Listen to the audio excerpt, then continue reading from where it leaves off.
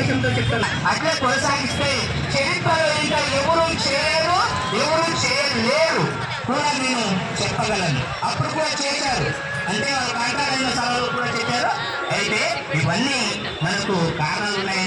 అమరావతి ఏర్పడ్డది. అమరావతిలో ఫస్ట్ సారి ఎగ్జామ్ పెట్టి ఇది ఒక హైలైట్లో పెట్టారు. ఎక్కడ సత్యనాపల్లి, ఇక్కడ జస్ట్ గుంటూరు దగ్గర.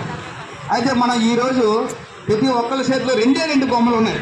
ఒకటి మహాత్మా గాంధీ, రెండు అంబేద్కర్. మహాత్మా గాంధీ సంకల్పం అనేది ఉండాలన్నాడు.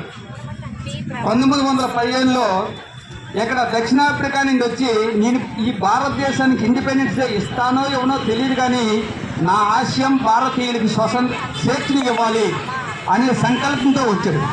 అలాగే అంబేద్కర్, డాక్టర్ బిఆర్ అంబేద్కర్ అంటారు, నెహ్రూ అంటారు, ఒక మేధావులు 8 మందిలో కూర్చున్నందు మాత్రం రాజ్యాంగాన్ని రచించలేరు, దానికి ఒక సంకల్పం కావాలి, అది చేయగలమనే ఒక కాన్ఫిడెన్స్ కావాలని చెప్తారు. ఈ ఇద్దరు బొమ్మలు పెట్టుకుంటారు. కాబట్టి ఈ సంకల్పం, ఈ నాయకులు ఇక్కడ ఉన్న ప్రతి ఉపాధ్యాయులకి న్యాయం జరిగే విధముగా, అదేవిధంగా ప్రతి ఆడపిల్లని చూసినప్పుడు వీళ్ళ యొక్క కంటెంట్ బాధను తీర్చే విధముగా ఇక్కడ నాయకులందరూ కూడా కృషి చేసి మనమందరం కూడా ఒకే ఏకతాటి మీదకి వెళ్ళి ఎక్కడికైనా ఎప్పుడైనా సాధించి తీరారు.